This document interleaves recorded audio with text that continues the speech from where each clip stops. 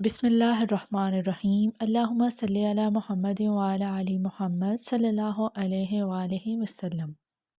السلام علیکم جی۔ تو ناظرین، امید ہے آپ لوگ بالکل ٹھیک ٹھاک ہوں گے اور ایمان اور صحت کی بہترین حالت میں ہوں گے۔ درود پاک کی فضیلت اور راز۔ درود پاک ایک آب حیات ہے۔ درود پاک پڑھنے والے کی دعا قبول ہوتی ہے۔ درود پاک پڑھنے والے سے لوگ محبت کرتے ہیں۔ درود پاک پڑھ کر جس کو بخشا جائے اس کو بھی نفع ہوتا ہے۔ درود پاک پڑھنے سے دل کی صفائی حاصل ہوتی ہے۔ درود پاک پڑھنے والے کے سامنے بڑے بڑے جابروں کی گردنیں جھک جاتی ہیں۔ ٹائٹل آف دا ڈے: درود پاک کی برکت سے روم خوشبودار ہو گیا۔ حنا مقصود گجرات سے بیان کرتی ہیں کہ رمضان المبارک میں 10 دن اعتکاف میں بیٹھی، یہ نیت کر کے کہ میں ان 10 دنوں میں زیادہ سے زیادہ درود پاک پڑھوں گی، اور الحمدللہ میں نے درود پاک کے مختلف صیغے بہت تعداد میں پڑھے۔ 27ویں روزے کی افطاری کے بعد میں کچھ دیر آرام کر رہی تھی کہ اچانک مجھے ایسا لگا کہ میرے روم میں کوئی آ رہا ہے۔ میرا روم خوشبو سے مہک گیا۔ میں سیدھی ہو کر بیٹھ گئی۔ یہ خوشبو میرے روم میں کچھ دیر تک رہی۔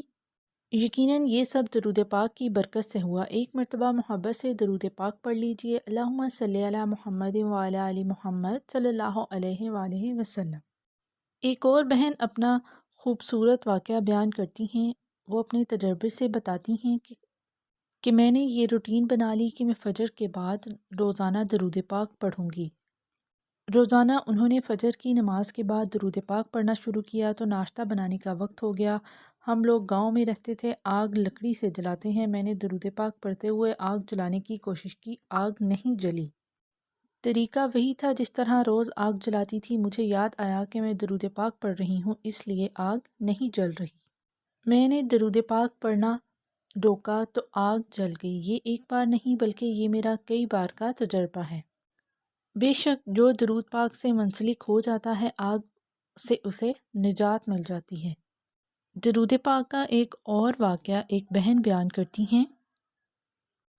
ڈیرہ غازی خان سے ان کا تعلق ہے اور ان کا نام ناصرہ ہے۔ وہ بیان کرتی ہیں کہ درود پاک کی محبت اور برکت سے مجھے بہت کچھ ملا۔ میری شادی ہوئی تو میرا گھر نہیں تھا۔ میں نے 40 دن نماز فجر کے بعد درود اسم اعظم پڑھا۔ اللہ پاک کی رحمت اور درود پاک کی برکت سے مجھے ذاتی گھر مل گیا۔ میں اپنے گھر میں ہر جمعہ کی رات محفل سجانے لگی۔ ہم سب گھر والے مل کر ہر جمعہ کی رات 41 مرتبہ ایک ہی آواز میں اللہم صلی علی محمد وعلی آل محمد پڑھتے، اور اس کی برکت سے 6 مہینوں کے بعد مدینہ منورہ کی زیارت کا شرف ملا اور میں نے وہاں درود پاک کی محفل روضہ رسول صلی اللہ علیہ وآلہ وسلم کے سامنے کی۔ ہم سب نے مل کر وہاں درود پاک پڑھا۔ یہ سب درود پاک کی برکت سے ہوا۔ سبحان اللہ۔ کیا آپ نے کبھی زبان میں تھکاوٹ محسوس کی؟ یقیناً نہیں۔ زبان جسم کا وہ حصہ ہے جو تھکتا نہیں ہے، اس لیے کوشش کیجیے ہر لمحہ اسے ذکر و درود پاک سے تر رکھیں۔ جنت میں پہنچ جانے کے بعد بھی لوگ حسرت کریں گے کہ ہر اس لمحے پر جو یاد الہی سے غفلت میں گزارا، کہ کاش ہم اس گھڑی میں بھی ذکر کرتے تو آج اس سے اوپر کے درجوں پہ ہوتے۔ صلی اللہ علیہ وآلہ وسلم۔ تصوف کی پہلی منزل ہی عشق درود شریف صلی اللہ علیہ وآلہ وسلم ہے، جو آپ کی عمر میں برکت اور بزرگی میں اضافے کا باعث بنتا ہے۔